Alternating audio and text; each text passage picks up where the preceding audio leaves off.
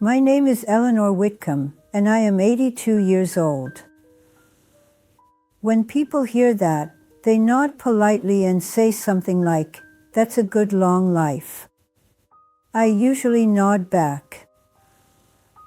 I don't argue.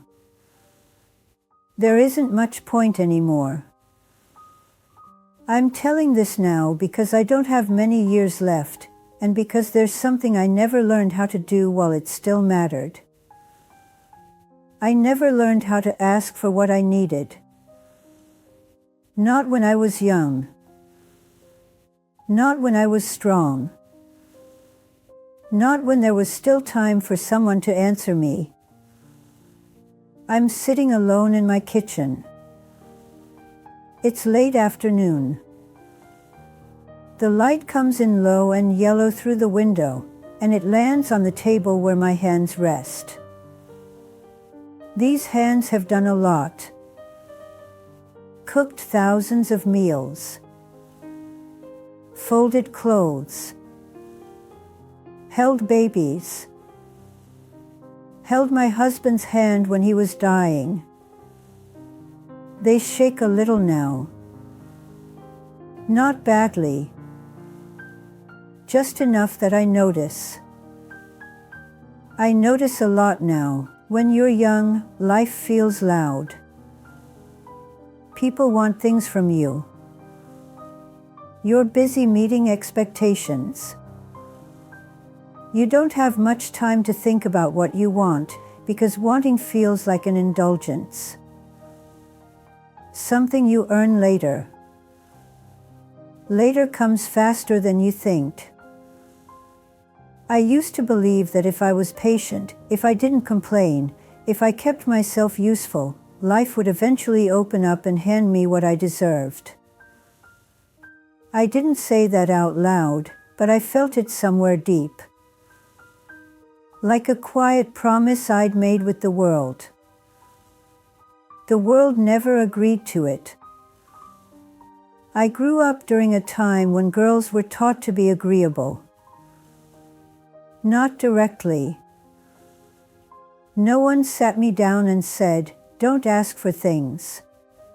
It was softer than that. It was in the looks adults gave each other when a girl spoke too loudly. It was in the praise given to the quiet ones. The helpful ones. The ones who didn't make scenes. My mother was a practical woman. She loved us, I know that now. But she didn't have much room for softness. Life had taught her that feelings didn't get the laundry done. Complaints didn't pay rent. If I came to her upset, she would listen for a moment, then say, "Well, what do you want me to do about it?" Not cruelly. Honestly. And I never had an answer. I didn't know what could be done. So I learned to stop coming. By the time I was a teenager, I had already decided that needing something was embarrassing. Wanting something was dangerous. It put you at risk of being told no. Or worse, being ignored. I became very good at taking what was offered and telling myself it was enough. In my early 20s, I shared a small apartment with another girl from work. We worked long hours and came home tired. On weekends, she went out dancing. I stayed in and read. She asked me once if I wanted to come along. I said no, even though I did. I told myself I was just tired. That it didn't matter. That was one of the first times I remember choosing silence over honesty. It didn't feel like a choice then. It felt like habit. When I met Henry, I was relieved by how easy he was. He didn't demand emotional explanations. He didn't ask me to articulate my dreams. He liked that I was steady, dependable. He said I made him feel calm. I liked that he decided things. Where we'd live, when we'd marry, how many children we'd have. I told myself that partnership meant compromise. I didn't realize I was the only one compromising. But I wasn't unhappy. That's important to say. I wasn't miserable. Life doesn't always break you in obvious ways. Sometimes it just slowly narrows. I worked part-time after the children were born. I handled the house. I kept track of everyone's schedules. I remembered dentist appointments and permission slips. I was the person things ran through. People relied on me. That felt good. It felt like proof that I mattered. What I didn't notice was how rarely anyone asked me what I wanted, and how rarely I offered the information. If Henry came home late, I reheated dinner. If he forgot an anniversary, I told myself it wasn't important. If I felt lonely sitting across from him at the table, I blamed myself for expecting too much. I thought love was something you adjusted to.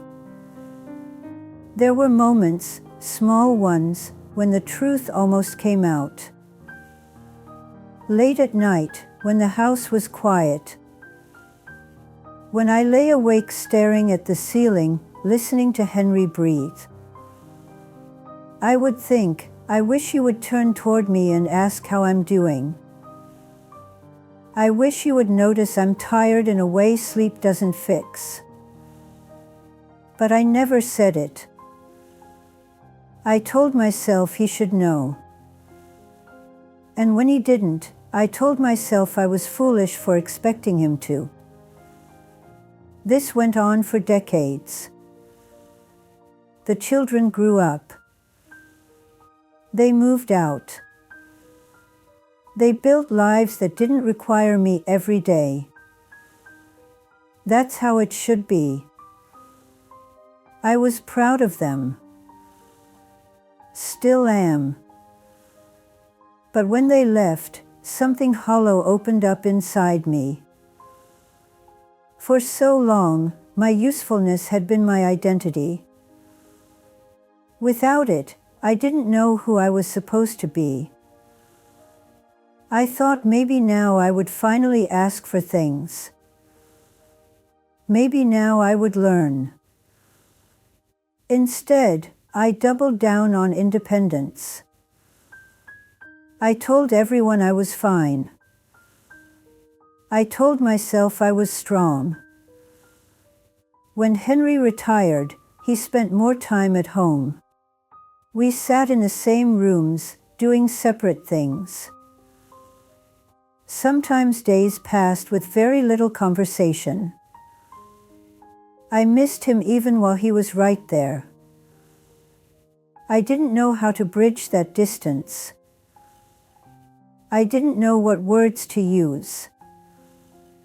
So I did what I always did. I waited. Then he got sick. Illness changes the shape of everything. Suddenly, there are appointments and medications and decisions you never wanted to make. Suddenly, the future is no longer something you plan. It's something you fear. I took care of him. I learned how to do injections. I kept track of pills. I slept lightly so I could hear him if he needed me at night. People told me I was amazing, strong, selfless. I nodded and said thank you. Inside, I was terrified and angry and unbearably sad. I didn't tell anyone that part. I thought if I asked for help, I would be admitting weakness, that I was failing him somehow. So I carried it until my shoulders ached in a way that never went away. When he died, the world didn't end. That's something no one prepares you for. The world keeps going. The sun still rises. People still go to work. And you are left holding a silence that no one else can hear. After the funeral, everyone went home. I stood in the doorway and waved until the street was empty. Then I closed the door and leaned against it and slid down to the floor. I didn't cry loudly. I never have.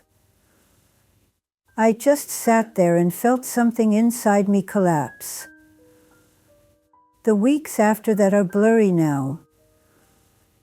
I remember casseroles, sympathy cards, phone calls that slowed and then stopped. I told people I was managing. That word again. Managing became my shield. It kept people from worrying. It kept them from asking questions I didn't know how to answer. But managing isn't living. It's surviving quietly. Years passed. My body aged. Friends moved away or died. The world became smaller. I started to realize that people remembered me as helpful, reliable, nice. They didn't really remember me. That's a painful thing to understand late in life. That you were appreciated, but not deeply known. That you made things easier for others, but never let them see you struggle. I don't blame them. How could they know what I never showed? The fall happened when I was 79. I slipped getting out of the shower. It wasn't dramatic. No broken bones. Just bruises and a long, frightening wait on the floor before I managed to reach the phone. Lying there, I realized how easily I could have been there for hours, days, and how few people would have noticed right away. That thought stayed with me. In the hospital, a young doctor asked me about my support system. I laughed a little, as if it were a silly question. I said, "Oh, I'm independent." He looked at my chart, then at me. "Independence is good," he said. "Isolation isn't." No one had ever put it that plainly. When I came home, I sat in my chair and looked around the house. All the evidence of a life lived quietly. Photographs, furniture, little things I'd kept because they were useful, not because they made me happy. I thought about how many times I had needed something and told myself it didn't matter. How many times I had hoped someone would notice and then felt disappointed when they didn't. I thought about how unfair that was to everyone involved. You can't expect people to meet needs you never name. That realization didn't fix my life. It didn't suddenly make everything better. It just made things clearer. Some things are gone forever. My parents. My husband. The version of myself who could have learned this earlier.